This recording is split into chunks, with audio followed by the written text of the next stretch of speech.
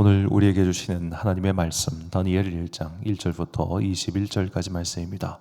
다니엘서 1장 1절부터 21절까지 말씀 이제 봉독하겠습니다. 하나님의 말씀 경청하십시오.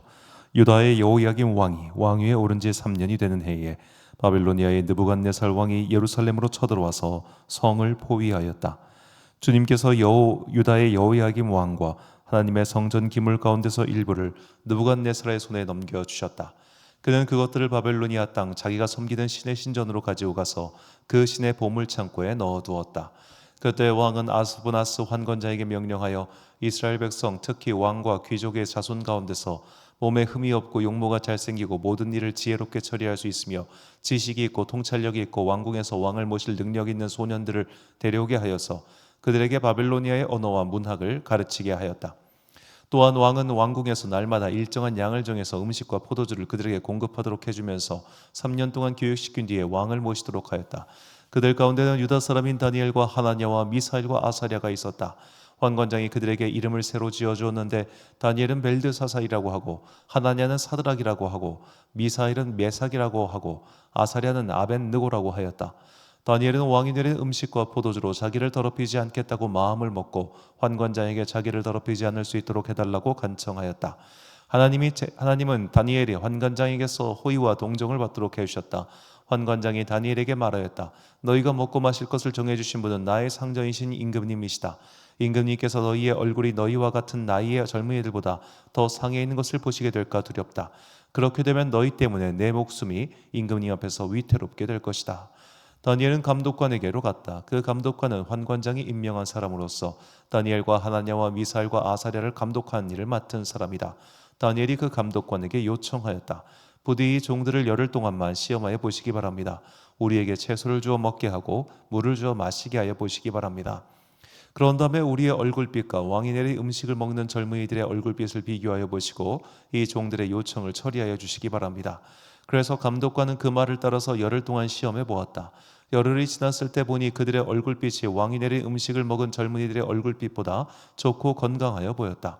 감독관은 그들에게 지정된 음식과 마실 포도주를 주지 않고 채소를 계속 주어서 먹게 하였다. 하나님은 이 네 젊은이들이 지식을 얻게 하시고 문학과 학문에 능통하게 하셨다. 그 밖에도 다니엘에게는 환상과 온갖 꿈을 해석하는 능력까지 주셨다. 왕이 정하여 놓은 3년 동안의 교육이 끝나는 날 환관장은 교육을 받은 젊은이들을 모두 느부갓네살 앞으로 데리고 갔다. 왕이 그들과 말하여 보니 그들 가운데서 다니엘과 하나냐와 미사엘과 아사랴가 가장 뛰어났으므로 그들로 왕을 모시게 하였다. 왕은 그들에게 온갖 지혜나 지식에 관한 문제를 물어보고서 그들이 전국에 있는 어떤 마술사나 주술사보다도 10배는 더 낫다는 것을 알았다. 다니엘은 고레스 왕 1년까지 왕궁에 머물러 있었다. 아멘. 성도의 생존 방식이라는 제목으로 하나님의 말씀 선포하겠습니다.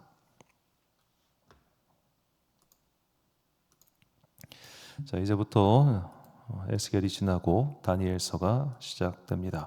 자, 에스겔과 다니엘의 가장 큰 차이가 있다고 한다면 에스겔과 다니엘은 끌려온 시기는 똑같다고 사람들이 보고 있습니다. 그런데 그들의 처해 있는 배경이 다르죠. 다니엘은 왕궁에, 에스겔은 이제 이미 나이가 찬 성인이었기 때문에 아하와 강가에서 백성들과 함께 그렇게 머물러 있었습니다. 둘이 언제까지 살았는지는 우리가 정확히 알 수는 없지만 아마도 에스겔이 당연히 당시 10대였던 다니엘보다는 일찍 하늘나라로 갔겠죠. 둘은 최소한 한 20살 차이는 났을 겁니다. 자, 그렇게 어린 다니엘이 바벨론의 왕궁으로 들어가서 페르시아 시대까지 살아남은 이야기. 사실 따지고 보면 굉장히 장엄한 이야기인데 이 이야기가 이제 우리가 다니엘의 묵시라고 하는 사실 그 뒷부분에 우리가 더 많은 주목을 하기 때문에 이 전반부에 해당하는 다니엘이 바빌로니아서부터 페르시아 임금 시대까지 이 생존했던 그것에 대해서는 크게 주목하지 않는 것 같아요. 자, 본문 1절과 21절을 보면 유다 왕 여호야김이 다스린 지 3년이 되는 해에 바벨론 왕 느부갓네살이 예루살렘에 이르러 성을 에워쌌더니 다니엘은 고레스 왕 원년까지 있으니라. 자, 유다 왕 여호야김이 다스린 지 3년이 되는 해부터 고레스 왕 원년까지. 자, 이 그때를 다니엘의 활동 연대로 삼았을 때 그는 무려 몇 년을 활동했냐? 70년을 활동한 사람입니다. 신바빌로니아의 느부갓네살 원년입니다. 그때가 기원전 605년이고 페르시아의 고레스가 증위한 원년이 536년입니다. 그런데 우리가 다니엘 6장을 보면 이 다리오라고 하는 사람이 등장을 해요. 다리오. 자, 그래서 이제 메대 사람 다리오라고 나오는데, 그래서 학자들은 이게 다리오가 아마도 고레스의 다른 이름이겠거니 그렇게 해석을 하기도 합니다. 잘못된 표기거나. 그런데 만약 이 6장의 다리오를 이제 고레스의 손자인 다리우스로 상정했을 경우는 이 다니엘의 활동 연대가 BC 521년까지 늘어납니다. 거의 한 100살 가까이 살면서 다니엘은 그 왕궁에 있었다는 거죠. 그러니까 그 나라의 고위 관료로 활동했다 이 말입니다. 자, 왕조 아예 나라가 바뀌었습니다. 바벨로니아에서 페르시아로. 바벨로니아와 페르시아는 엄연히 다른 나라입니다. 그러니까 바벨로니아가 페르시아에게 정복당한 겁니다. 자, 그러니까 지금 다니엘은 인생에서 두 번 정복을 당해요. 첫 번째는 유다의 사람으로서 한번 정복을 당하고, 두 번째는 여하튼간에 신바벨로니아의 고관으로 살다가 거기서 또 정복을 당합니다. 그런데도 각각의 나라에서 고용이 되었습니다. 자, 다니엘이 고용받은 장소가 이것도 사실 중요한데, 그 신바벨로니아는 일단 바빌론이라고 하는 도시에서 출발한 그 도시 국가이기 때문에 그 바벨론과 그 페르시아는 수산이라고 하는 수도가 따로 있었어요. 다니엘이 만약에 바빌로니아에 머물러 있으면서 그가 끝까지 거기서 살다 죽었는지, 아니면 바빌로니아가 점령당했을 때 이때 또 끌려와 가지고 수상공으로 이동했는지, 그것은 명확하지 않습니다. 왜냐하면 이 바벨론이라고 하는 도시를 처음에 페르시아가 점령했을 때 막 쑥대밭으로 만들거나 파괴하거나 그러지 않았거든요. 이 페르시아는 제가 수요일에도 말씀 많이 드렸습니다만 굉장히 초반부에 지혜로운 통치 방식을 선택했던 나라였기 때문에 과거에 아수르나 바벨로니아처럼 가자마자 다 때려 부수고 무너뜨리고 함락시키고 불태우고 이런 걸 안 했어요. 최대한 그들에게 관용과 자비를 베풀어 줬습니다. 그래도 반항하면 어쩔 수 없이 다 싹 없애버리긴 했지만, 이 초반부의 페르시아, 그러니까 고레스 대제 때까지는 굉장히 나라를 잘 통치했던 그런 국가였습니다. 자, 이 페르시아, 그러니까 다니엘이 어디서 어떻게 근무했는지는 우리가 정확하게 알 수는 없어요.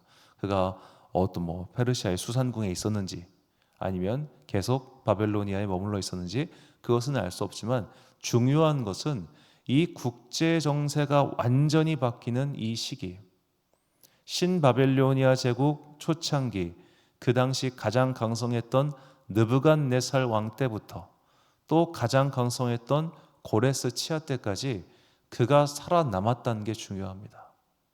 그가 살아남았다. 자, 생존이라고 하는 것은 언제 어느 때나 인간에게 아주 중요한 문제죠. 그런데 생존하기가 얼마나 어려운지 또한 우리가 잘 알고 있지 않습니까? 과거에 내가 알고 있는 것이 지금에 와서 아무짝에 쓸모없게 되는 일들이 얼마나 많습니까? 제가 어렸을 때만 해도 주산학원이 있었습니다. 주산학원. 30몇 년 전만 해도 그 동네에 아직도 남아 있었어요. 이게 탁탁탁탁탁탁 그 주산으로 계산하는 거. 지금 그런 학원 다 어디 갔겠습니까? 존재하지도 않겠죠. 자, 이런 식으로 시대의 변화에 따라서 기술이 바뀌고 상황이 바뀌었을 때 어떤 것들은 살아남고 어떤 것들은 다 죽잖아요. 그러면 우리가 이렇게 시대 상황 속에서 우린 지금 직업적인 어떤 생존 방식을 이야기하는 게 아니라 과연 성도로서 이 어미한 시절을 어떻게 살아남을 것인가, 이것을 좀 고민해 보자는 겁니다. 자, 다니엘의 생존 방식이 눈에 띕니다. 자, 본문 8절을 보니까 다니엘은 뜻을 정하여 왕의 음식과 그가 마시는 포도주로 자기를 더럽히지 아니하리라 하고 자기를 더럽히지 아니하도록 환관장에게 구하니.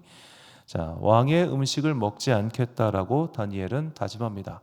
자, 어떤 분들은 이제 우리가 사도행전에 나오는 우상에게 바쳐진 음식, 이것과 이것을 동일하게 여겨가지고 이 왕들이 먹는 음식이 그 당시에 신전에서 바쳐진 어떤 고기였는데 그걸로 도축을 해서 만든 음식이다 보니 다니엘이 이것을 알고 거부했다, 이렇게들 많이 하십니다. 저도 그렇게 어렸을 때 듣고 자랐고요. 근데 이것은 뭐 100% 틀렸다라고 말할 수는 없겠습니다만 그렇게 완전한 해석은 아니고 정확하게는 유대교 정결 예식에 따른 음식 그것만을 먹겠다고 다짐했다 그런 뜻입니다. 코셔 음식이라고 하죠. 유대교 율법에 맞게 인증받은 음식이라는 건데, 자, 이것은 단순히 돼지고기를 안 먹겠다, 나는 그냥 다른 고기만 먹겠다, 이 정도가 아니라 너희는 피채 먹지 말라라고 했기 때문에 피가 떨어지는 그런 음식을 안 먹겠다는 거죠. 자, 그런데 이 유대교의 이 코셔 음식대로 정결 예식대로 음식해 먹으려면 이건 결국 이방 사회에서는 내가 음식을 해 먹는 수밖에 없습니다. 그렇기 때문에 왕의 식탁에서 나오는 그런 음식들, 그러니까 왕궁 전체를 위해서 조리하는 그런 음식들은 내가 어떻게 할 수가 없는 거예요. 이게 먹기 전까지 돼지고기인지 뭔지 어떻게 합니까? 그 영화 어떤 영화인가 보니까 제가 영화 제목은 기억이 안 나는데 저도 짧은 영상으로만 봐가지고 그 독일 나치에서 유대인들을 찾아다니는 유대인 사냥꾼 같은 그런 장교가 있습니다. 그 사람이 유대인들을 적발해내는 방식 중 하나가 뭐였냐면은 치즈 같은 거. 그러니까 정결 예식에서 허락하지 않는 그런 음식들을 일부러 잘 먹나 이렇게 보는 거예요. 자, 이제 우리는 음식에 대한 터부 문화가 없다 보니까 이게 지금 얼마나 대단한 결단인지를 잘 이해를 못 하는데 이렇게 생각하시면 좀 더 용이하겠습니다. 자, 우리가 누군가와 식사 교제를 해야 되는 일들이 사실 많죠. 사회생활을 하면서 식사 교제 자리가 어느 때는 굉장히 부담스럽고 어느 때는 되게 좋은 일이기도 합니다만 여하튼 누군가와 만나서 밥을 먹고 대화하고 그와 교제하는 건 뭐 동서양 어디나 다 마찬가지 옛날부터 지금까지 항상 있는 그런 문화입니다. 그런데 식사를 대접하는 사람이나 식사를 먹는 사람이나 나 이 음식 안 먹고 저 음식 안 먹고 이 음식 안 먹어요 이러면 식사를 대접할 때 얼마나 부담이 되겠습니까? 자, 다니엘은 지금 그런 험난한 길을 선택한 겁니다.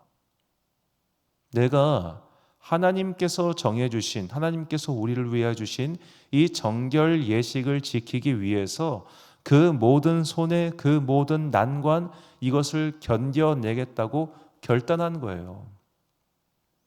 다니엘은 요즘식으로 말하면 공무원입니다. 공무원이고 그리고 그는 누군가가 주는 음식을 그냥 먹어야 하는 처지일 수도 있습니다. 왕이 연회를 베풀었다고 가정해 봅시다. 그 연회에서 자기가 먹을 수 있는 것만 요렇게 먹고 있을 때 누가 와가지고 야, 너 왜 그것만 먹어? 저것도 좀 먹어 할 때 뭐라고 대처하겠어요? 이 음식 하나만 가지고도 우리가 다니엘은 60년에서 70년을 그런 데서 산 거예요. 60년에서 70년 동안 매 끼마다 혹은 매주 한 번 이상씩은 음식 문제를 가지고 누군가와 불편한 상황을 겪었을 겁니다. 그런데 그가 그걸 지킨 겁니다. 지키겠다고 결단을 내렸어요. 하나님, 내가 이거 지키겠습니다. 하나님, 내가 이거 끝까지 지키겠습니다. 왜? 다른 무엇을 위해서가 아니에요. 나의 믿음을 위해서. 내가 하나님의 자손, 유대인이라고 하는 이 정체성을 잃지 않기 위해서 불편하고 힘들고 괴롭지만 나 이거 꼭 지킬 겁니다. 그러니 주님께서 나를 도와주십시오. 이것이 아마 다니엘의 평생 기도 제목이었을 겁니다. 그는 믿음을 지키기 위해 일상의 큰 불편을 넘어선 위협까지도 감수합니다. 왜 나중에 다니엘을 비난하는 사람들, 다니엘을 공격하는 사람들이 야, 저거 왜 공격할 거 이렇게 쉽게 찾아냈겠어요? 다니엘이 그들과 다른 삶을 살았기 때문입니다. 단순히 거룩함, 단순히 어떤 윤리적으로 깨끗함 이래서가 아니라 딱 봐도 티가 나잖아요. 음식을 그냥 요건 먹고 요건 안 먹는데 식사 자리 잘 안 참여 안 하고 회식 자리 잘 안 오는데 딱 티가 나잖아요. 다니엘이 그렇게 불편한 삶을 결단했습니다. 믿음을 지키기 위해서. 자, 그러자 하나님께서 그에게 그 누구도 건들 수 없도록 특별한 능력을 주시죠. 자, 본문 17절과 20절 말씀인데 하나님이 이 네 소년에게 학문을 주시고 모든 서적을 깨닫게 하시고 지혜를 주셨으니 다니엘은 또 모든 환상과 꿈을 깨달아 알더라. 왕이 그들에게 모든 일을 묻는 중에 그 지혜와 총명이 온 나라 박수와 술객보다 10배나 나온 줄 아니라. 자, 하나님께서 이렇게 결단한 네 명의 소년들에게 지혜와 학문을 깨달을 수 있는 특출한 능력을 주신 겁니다. 쉽게 말하자면 다른 관료들보다 압도적인 능력을 부어주시니까 그런저런 불편한 일들, 그런저런 여러 가지 약점들에도 불구하고 왕들이 계속해서 그들을 중용하고 그들을 건들지 않았던 거예요. 마치 조직에서 이런 사람이 있다고 생각해 봅시다. 정말 능력이 뛰어나요. 그런데 관계를 잘 못해. 그런데 정말 능력이 뛰어나면 인간관계 잘 못하는 거 넘어가 주죠. 지금 다니엘과 그 세 명의 함께하는 사람들이 그런 사람들이었다는 겁니다. 음식을 이것 못 먹으니까 교제가 안 되잖아요. 음식을 못 먹으니까 음식을 통한 좋은 식사자에 초대해서 로비가 안 되잖아요. 이 사람은 음식 자리에 항상 나타나질 않아. 음식만 오면 맨날 깨작깨작 이것만 먹고 저것만 먹고 안 먹는 게 너무 많아. 그러면 사람들 사이에 소문 금방 돌지 않겠습니까? 다니엘이 고관이고 다니엘이 능력이 있는데 야, 어떻게 하면 저와 좀 교제를 할 수 있을까? 야, 근데 쟤는 고기를 안 먹어. 쟤는 음식을 되게 뭐 좀 까다로운 것 같아. 소문 금방 돌겠죠. 자, 그런저런 여러 가지 약점에도 불구하고 한계에도 불구하고 하나님께서 그 한계를 뛰어넘을 수 있는 그 한계의 상황 속에서 생존할 수 있는 다른 능력을 부여해 주셨기 때문에 그들은 60년에서 70년 그 나라가 두 번 망하는 그 엄위한 시절에도 끝까지 살아남았던 것입니다. 이것이 오늘 이 현실을 살아가는 우리에게 꼭 필요한 지혜로운 자세입니다. 자, 우리가 믿음을 지키기 위해 일상의 여러 가지 손해를 감수하겠다고 결단하면 하나님께서 살아갈 능력을 주신다는 거예요. 하나님, 저에게 살아갈 능력을 주시면 제가 믿음을 지키겠습니다. 이게 아니라 하나님, 제가 믿음을 지키겠습니다.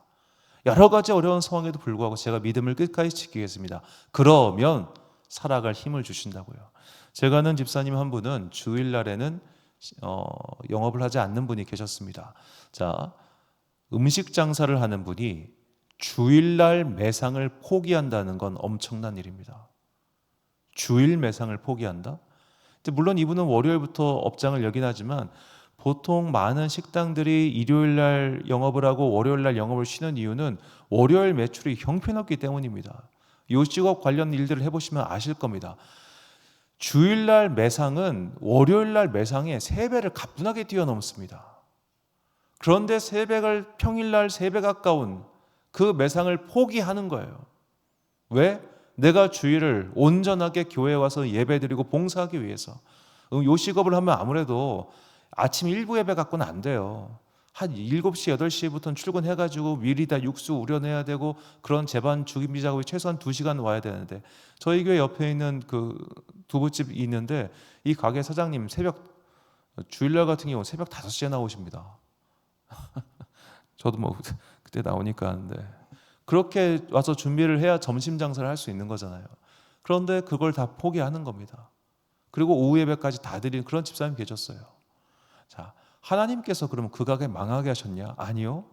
그분이 스스로 이제 몸이 고돼가지고 가게 접을 때까지 그 가게 장사 잘 됐습니다. 믿음을 지키고자 하시니까 믿음을 지킬 수 있도록 능력을 주시는 분, 이게 하나님의 방식입니다. 이 선후 관계를 오해하면 안 됩니다.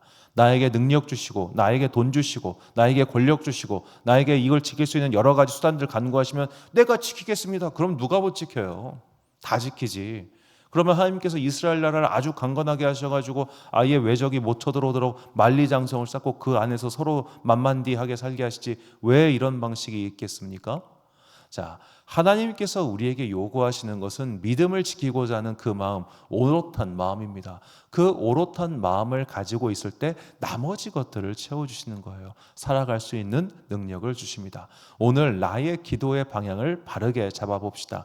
나는 믿음을 지키기 위해 기도하고 있습니까? 아니면 내 삶의 여러 가지 잡다한 문제들, 이것을 해결할 그 방도만 구하고 있습니까? 내 기도가 자꾸만 그런 방도만 찾는 것. 하나님 요거 해결해 주시고 저거 해결해 주시고 저거 해결해 주시고, 물론 그런 것도 필요하지만 가장 중요한 것, 주님 내가 끝까지 이 믿음을 지키겠습니다.